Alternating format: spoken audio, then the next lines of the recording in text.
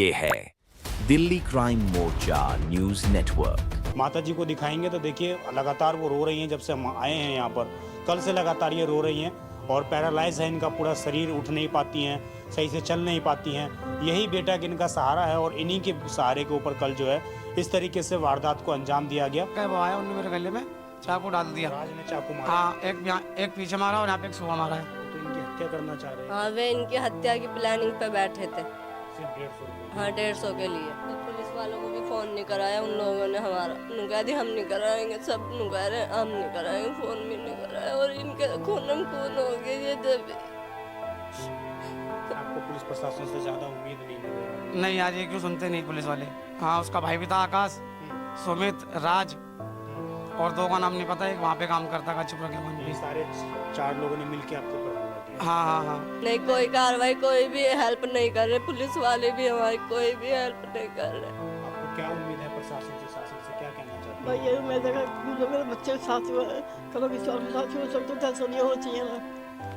वो पकड़े जाने चाहिए। बिल्कुल पकड़ना चाहिए। तो कल को क्या पता फिर से हमला कर दें। बिल्कुल कर सकते हो। इन्होंने के भाई दे दे पैसे, तो उन्होंने कहा कैसे पैसे, पैसे हमारे पास पैसे ना, और उठा के चाकू इनके बजाने लग गए, सारे मिलकर लिपट के और इनके यहाँ पे गले में घोपते और पीछे से मार मोड़ के भाग गए सारे। आप जानकर ये हैरान होंगे कि जिस मार्केट के अंदर, जिस ऑटो मार्केट के अंदर ये पूरी घटना हुई, वहाँ आसपास सारे लोग तमाशबीन बनकर रह गए। आखिरकार हमारा समाज जिंदा होते हुए भी मर चुका है। इनके खून हो रहा है, हेल्प करने के बजाय और धक्का दे रहे थे पुलिस वाले भी हमें। आपको पैरालाइज है पूरे शरीर। हाँ, अगर कोई उठा देगा मैं तो ये लोग उठाने तो उठाऊंगी, बैठा नहीं तो बैठा खा नहीं खा पाता। इतना आदमी नहीं होता। और इस छोटे से घर में आप समझिए किस प्रकार की यहाँ पर स्थिति है कि कैसे इस घर के अंदर ये परिवार रहता है, कैसे अपना जीवन ये गुजार रहे हैं। और इस छोटे से घर में ये परिवार रह रहा था। समझिए महज 150 रुपये इन्होंने उधार दे रखे थे और उस 150 रुपये के लिए किस प्रकार इस पूरे परिवार के ऊपर, इस पूरे परिवार का जो एक मुखिया है जो कमा के लाता है, उसकी जान लेने की कोशिश कल की गई थी। अस्पताल में मरीजों पे हमला करा जाता है। अंदर अस्पताल में? हाँ, अंदर भी अस्पताल में मरीजों पे हमला करा जाता है और धक्का मुक्की होती है वहाँ पर। जीटीबी के अंदर? हाँ जी, जीटीबी के अंदर। हमें तो इंसाफ चाहिए सरकार से भी और पुलिस से भी। पूरा देश होली की तैयारी कर रहा है। ये परिवार भी होली की खुशियां मनाने वाला था और इस परिवार के साथ ठीक होली से पहले इस तरह की वारदात को अंजाम दिया गया, इस तरह की घटना को अंजाम दिया गया कि मां सदमे में है। नमस्कार, जय हिंद। आप देख रहे हैं दिल्ली क्राइम मोर्चा। दर्शकों, मेरी मौजूदगी इस वक्त राजधानी दिल्ली के नंदनगरी इलाके में है। नंदनगरी थाना ये पड़ता है, नॉर्थ ईस्ट दिल्ली का पूरा ये क्षेत्र पड़ जाता है। आपको बता दें, ठीक होली से पहले यहाँ पर एक दिल दहलाने वाली खबर सामने आ रही है। एक युवक के ऊपर महज 150 रुपये मांगने के कारण धारदार हथियार से कई वार किए गए हैं। उसकी जान लेने की कल कोशिश की गई है। मैं उस परिवार के साथ मौजूद, उस परिवार से बात करूंगा और आप समझिए परिवार की स्थिति इतनी खराब है कि उनकी मां पैरालाइज है और एक ही लड़का है जो कैसे ही कमाता है और अपने परिवार का पालन पोषण कर रहा है। किराए पर मां रहती है और लगभग 4 लोगों ने कल उस बच्चे के ऊपर, उस युवक के ऊपर धारदार हथियार से हमला किया, सुए से हमला किया, चाकू से हमला किया और उसके बावजूद दिल्ली पुलिस के हाथ अब तक खाली हैं। आप जानकर ये हैरान होंगे कि जिस मार्केट के अंदर, जिस ऑटो मार्केट के अंदर ये पूरी घटना हुई, वहां आसपास सारे लोग तमाशबीन बनकर रह गए। किसी ने भी उस बच्चे की, उस युवक की मदद नहीं की। वो बच्चा वहां पर तड़प रहा था, रो रहा था, उसकी बीवी चिल्ला रही थी कि कोई तो बचाओ मेरे पति को, लेकिन कोई सामने आकर खड़ा नहीं हुआ। किसी ने उनकी मदद नहीं करनी चाहिए। यहां तक कि इंसानियत इतनी खत्म हो चुकी है कि लोगों ने पुलिस तक को कॉल नहीं की। आप समझिए आखिरकार हमारा समाज जिंदा होते हुए भी मर चुका है। ऐसे लोगों का क्या फायदा जो किसी की मुसीबत में उसकी सहायता नहीं कर सकते हैं। आप समझिए वो लोग चाकू मारने के बाद, सुए मारने के बाद वहां से फरार हो जाते हैं। ये लोग थाने पहुंचते हैं, थाने में कंप्लेन दर्ज करवाते हैं, पुलिस को बताते हैं कि इनके साथ इस तरह की वारदात हुई है।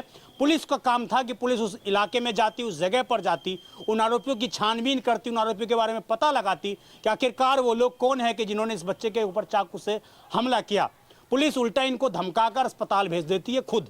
ये अस्पताल में जाते हैं, वहाँ पर इनके साथ बदतमीजी होती है, कोई इनकी सुनता नहीं है, कैसे इनके मरहम पट्टी कर दी जाती है।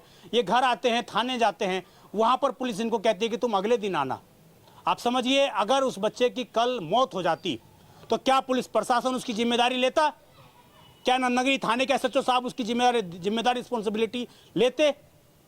नहीं लेते ना। उसके बावजूद कार्रवाई क्यों नहीं की गई? उसके बावजूद कोई कठोर कार्रवाई अब तक नहीं हुई है। मैं परिवार से बात करता हूं, जानता हूं कि क्या स्थिति है और क्यों इस परिवार के ऊपर कल चाकू से हमला किया गया। तो हमारे साथ अभी उनके परिवार मौजूद हैं, माता जी को दिखाएंगे। तो देखिए लगातार वो रो रही हैं, जब से हम आए हैं यहाँ पर कल से लगातार ये रो रही हैं और पैरालाइज है इनका पूरा शरीर, उठ नहीं पाती हैं, सही से चल नहीं पाती हैं। यही बेटा कि इनका सहारा है और इन्हीं के सहारे के ऊपर कल जो है इस तरीके से वारदात को अंजाम दिया गया। मैं ज़रा उस लड़के से पहले बात करता हूं, क्योंकि कल ही मेरे पास फ़ोन आया था और मैं लड़के से बात करता हूं कि क्या स्थिति है इनकी। क्या नाम है आपका? नवीन नाम है मेरा। नवीन जी, कितनी उम्र है आपकी? मेरी 30 साल उम्र है। 30 साल। हाँ। कल कितने बजे की ये घटना है? क्या वारदात हुई थी? वारदात गैस खत्म हो गई थी, मम्मी ने बोला जा रात से पैसे लेके आ जा। हाँ। मैं रात से पैसे लेने गया, उसने मेरे को गाली बक के भगा दिया, कहा कि पैसे जहाँ नहीं है, मैंने भी तेरी भाभी को लेके आ रहा हूँ। हाँ। फिर मैं इसको लेके गया, वहाँ पे उन्होंने मेरी प्लानिंग बैठा रखी थी।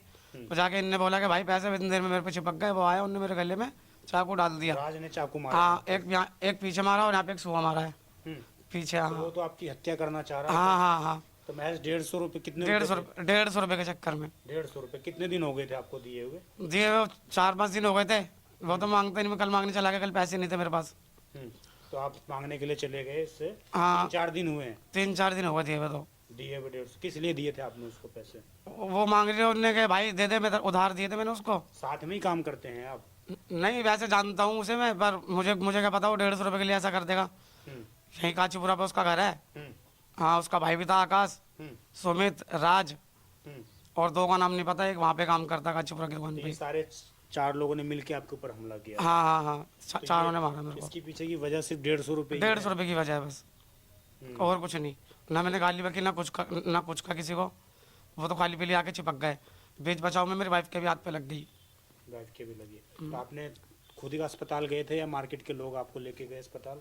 मैं लेके नहीं, ये मेरी वाइफ लेके गई थी, मार्केट के लोग कोई नहीं लेके गया था। कोई नहीं कोई लेके भी गया बीच में और मदद करने के लिए? नहीं आया था कोई। और पुलिस वालों को भी फोन नहीं कराया उन लोगों ने हमारा। नु कह दी हम नहीं कराएंगे, सब नु कह रहे हम नहीं कराएंगे, फोन भी नहीं कराया। और इनके खून खून हो गया ये जब ये इनके चाकू लग गए हाँ, तो मार्केट में कोई भी हेल्प करने के लिए नहीं नहीं, कोई नहीं होया। सब नु कह रहे आप यहाँ से ले जाओ, इधर ले जाओ। और पुलिस को भी कॉल नहीं करवाई मेरी, आया? पुलिस के पास भी फोन नहीं करवाया। मैं अकेले थाने ले गई, थाने वालों ने कहा पहले हॉस्पिटल ले जाओ। फिर हॉस्पिटल ले गई, फिर वहाँ पे इनकी पट्टी वट्टी वगैरह हुई। फिर थाने ले गई तो थाने वालों ने कहा दी कल शाम को आना। थाने वाले भी मौके पर कोई कार्रवाई नहीं की? नहीं, कोई कार्रवाई, कोई भी हेल्प नहीं कर रहे। पुलिस वाले भी हमारी कोई भी हेल्प नहीं कर रहे।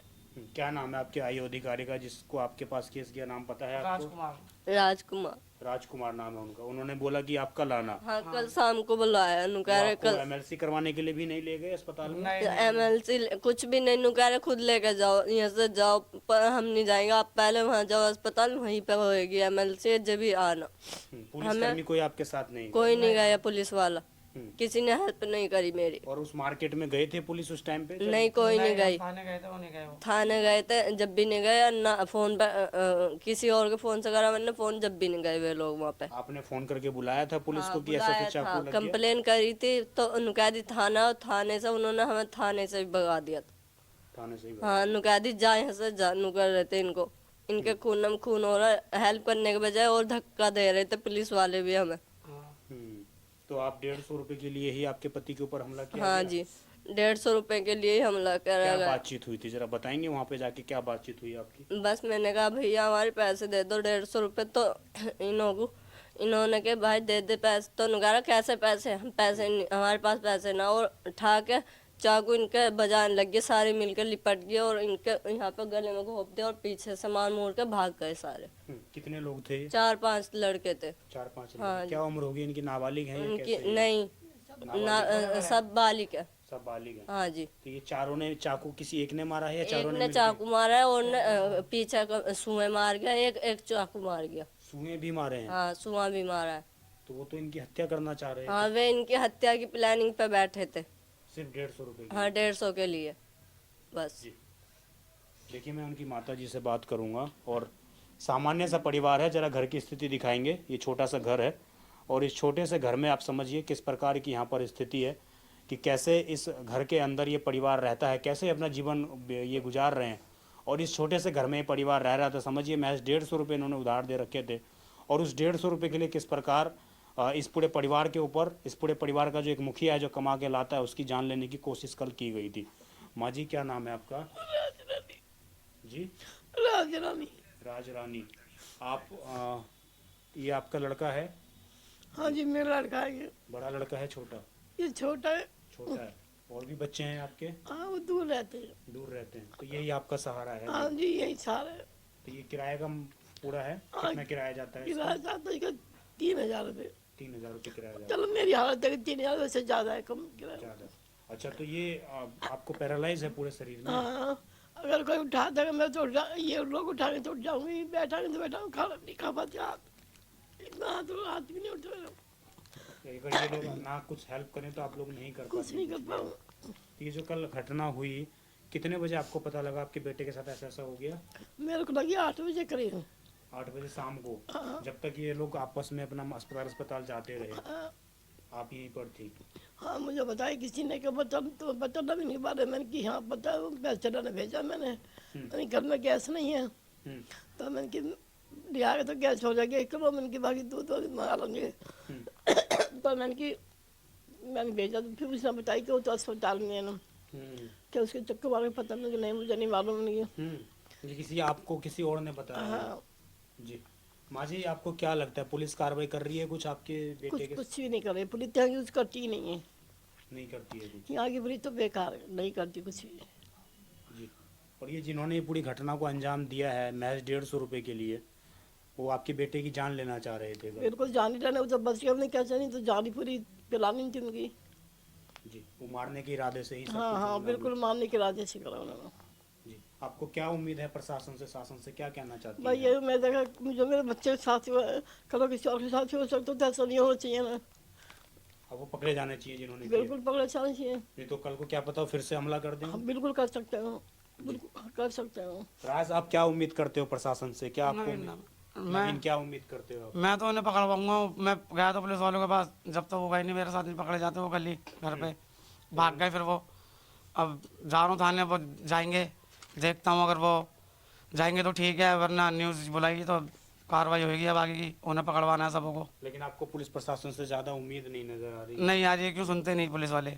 सुनते नहीं है? हाँ, वहाँ पे अस्पताल में ही मरीजों पे हमला करा जाता है। अंदर अस्पताल में? हाँ, अंदर भी अस्पताल में मरीजों पे हमला करा जाता है और धक्का मुक्की होती है वहाँ पर। जीटीबी के अंदर? हाँ जी, जीटीबी के अंदर वे लोग देखने के बजाय मरीज को या तो बाहर धक्का दे के भगा देते हैं या उन पर हमला करते हैं कैंचियों से और बजाते हैं। हमें तो इंसाफ चाहिए सरकार से भी और पुलिस से भी। देखिए, ये घटना आपको बहुत छोटी सामान्य से लग रही होगी, लेकिन आप समझिए पूरा देश होली की तैयारी कर रहा है। ये परिवार भी होली की खुशियां मनाने वाला था और इस परिवार के साथ ठीक होली से पहले इस तरह की वारदात को अंजाम दिया गया, इस तरह की घटना को अंजाम दिया गया कि माँ सदमे में है। आप समझिए लगातार वो इस कमरे में रो रही हैं। जब हम घुसे तब भी रो रही थी, अब हम बाहर निकल रहे हैं तब भी वो रो रही हैं। उनको डर था, उनको अभी भी उनके अंदर डर सहम सा गया है कि कहीं मेरे बेटे की इस तरीके से चाकू घोंप कर हत्या न कर दी जाती कल, और अगर इस बेटे की कल हत्या हो जाती तो इसका सहारा, उस माँ का सहारा कौन होता? आप समझिए ये स्थिति कहीं ना कहीं राजधानी दिल्ली में लगातार और विशेषकर उत्तर पूर्वी दिल्ली में ये स्थिति जो पनप रही है, कहीं ना कहीं चरमराती हुई कानून व्यवस्था है। क्योंकि कल अगर पुलिस को कॉल की गई तो पुलिस मौके पर क्यों नहीं पहुंची, और अगर ये परिवार खुद थाने में पहुंचा तो पुलिसकर्मी उस परिवार को अस्पताल लेकर क्यों नहीं गया, इमरजेंसी में इस बच्चे का इलाज क्यों नहीं करवाया गया, और उसके बाद उस जगह पर स्पॉट पर जाकर उन आरोपियों की खोजबीन आखिरकार क्यों नहीं की गई। ये बड़ा गंभीर सवाल है। और अब समझिए नंदनगरी थाना किस तरीके से काम कर रहा है, जिसके कारण आए दिन इस थाने के अंतर्गत आने वाले लोगों के अंदर डर सहमता जा रहा है।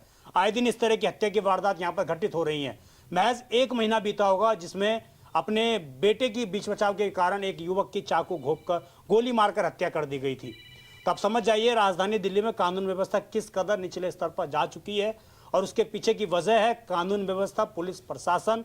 पुलिस क्योंकि लोगों की सुनती नहीं है, इस कारण अपराधियों के हौसले लगातार बुलंद होते जा रहे हैं।